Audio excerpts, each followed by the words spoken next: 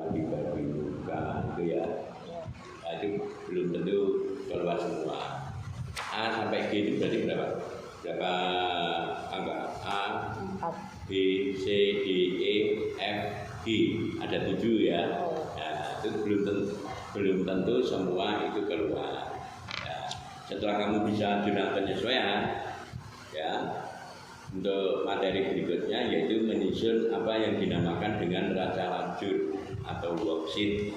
Ya, neraca lajur atau worksheet ini kalau kamu sudah pernah mempelajari neraca lajur di perusahaan jasa, kalau kita membahasnya di perusahaan dagang itu sama, ya, kecuali hanya persediaan barang dagangan. Ini kuncinya di situ.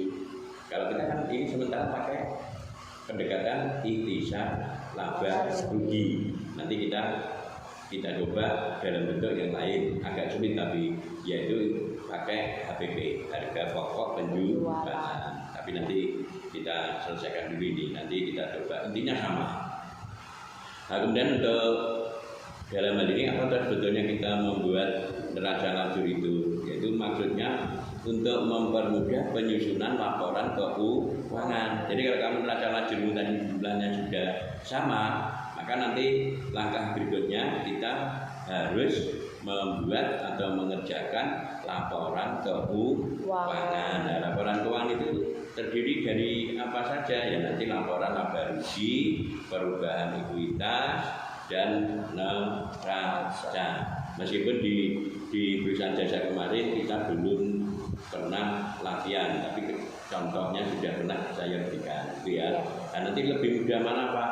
Laporan keuangan di perusahaan jasa dengan dagang lebih mudah di perusahaan jasa. Nah, dagang karena nanti kita yang kalau bentuk yang agak sulit itu multiple step, langkah ganda nanti setelah ini. Nah, kemudian dalam menyusun laporan keuangan itu tujuan umum laporan keuangan A, memberikan informasi keuangan yang dapat dipercaya mengenai aset dan kewajiban serta ekuitas perusahaan.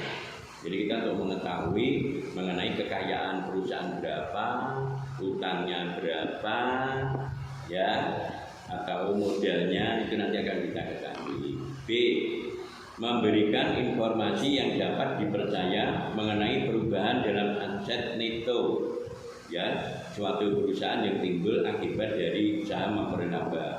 Di perusahaan itu bisa saja laba, bisa saja rugi. Kebetulan kita tadi mengerjakannya laba ya. Iya. Nah, berapa labanya jadi? 6.500.000. Kemudian yang D, memberikan informasi keuangan kepada para pemakai laporan keuangan sehingga dapat memperkirakan kemampuan perusahaan dalam menghasilkan laba. Ini dalam kita menyusun laporan keuangan ini juga untuk memprediksi atau memperkirakan kemampuan dalam menghasilkan laba. Yang keempat, memberikan informasi penting kepada para pemakai laporan keuangan sehingga dapat memperkirakan kemajuan perusahaan dalam menghasilkan laba. Sama, jadi diharapkan kita dalam menyusun neraca lajur ini, ya, itu prediksi-prediksi atau perencanaan-perencanaan itu bisa terrealisasi.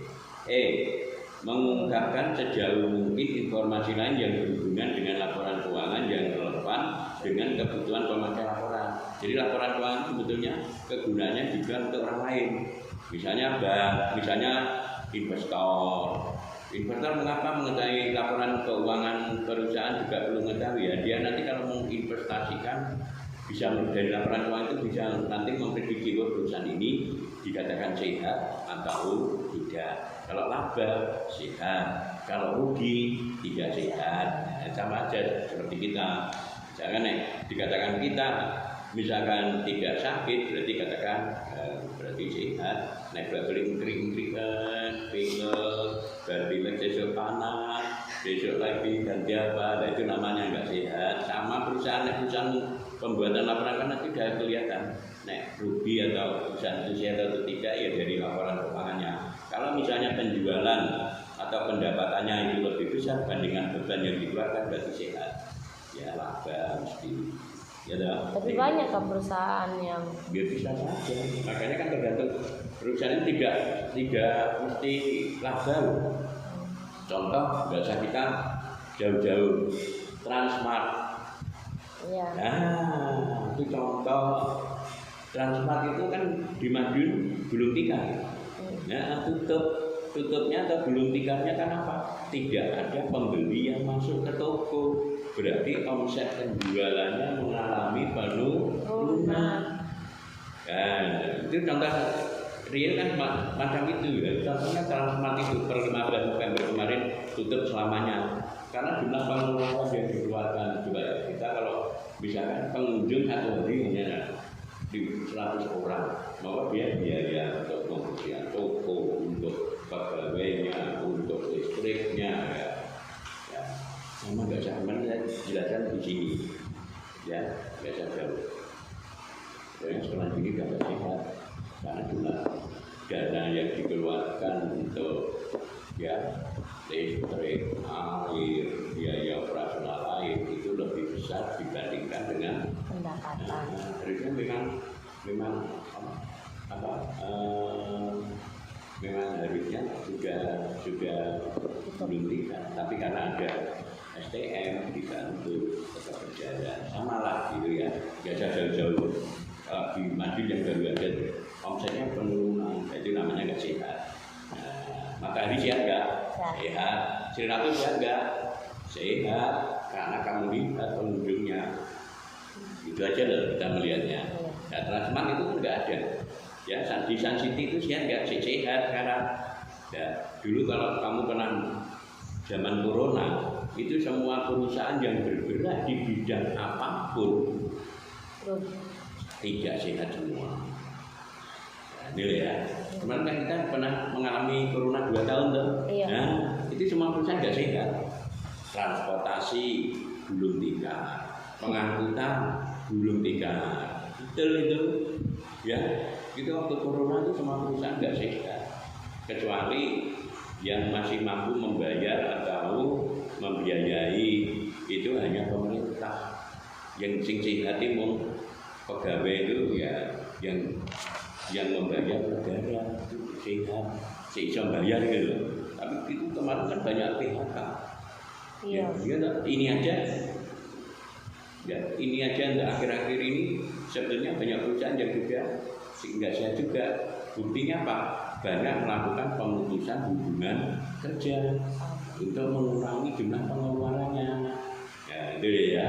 Makanya sekarang dimanapun untuk pegawai sekarang itu sistemnya outsourcing. Outsourcing itu apa toh? Kontrak sementara, kalau dibutuhkan ya saya perpanjang, kalau tidak ya sudah. Nah, sekarang pemerintah itu tertiganya perusahaan outsourcing itu ya. Pemerintah pun sekarang sama, istilahnya sekarang P3K, kontrak kerja. Itu peninjauannya berapa tahun sekali Pak? 5 tahun sekali. Nanti kalau nggak dibutuhkan ya diputus. Ya ini buktinya semacam itu. Tadi kan kalian tanya apakah semua perusahaan itu sehat? Ya belum tentu. Buktinya kan banyak toh. Bisa, paham ya? Nah, kemudian yang berikut kamu baca di halaman 3 mengenai laporan laba rugi atau income statement itu. Kamu baca. Laporan laba rugi perusahaan jasa meliputi pendapatan usaha. Pendapatan yang berasal dari kegiatan utama perusahaan. Pada perusahaan jasa, pendapatan utama berasal dari pemberian jasa. Lagi beban operasi, beban yang dikeluarkan untuk mendanai kegiatan utama perusahaan. Contohnya beban usaha dalam beban gaji, beban administrasi, dan beban lainnya. Ya, cukup. Jadi nanti mengenai laporan keuangan, yang pertama laporan laba rugi. Kalau di perusahaan jasa kita dengan membandingkan antara pendapatan pokok atau pendapatan usaha dibandingkan dengan beban operasi. Contohnya beban operasi itu bebannya beban gaji, ADM, dan seterusnya. Sekarang di halaman terakhir atau 4, yaitu mengenai pendapatan di luar usaha. Maksudnya apa?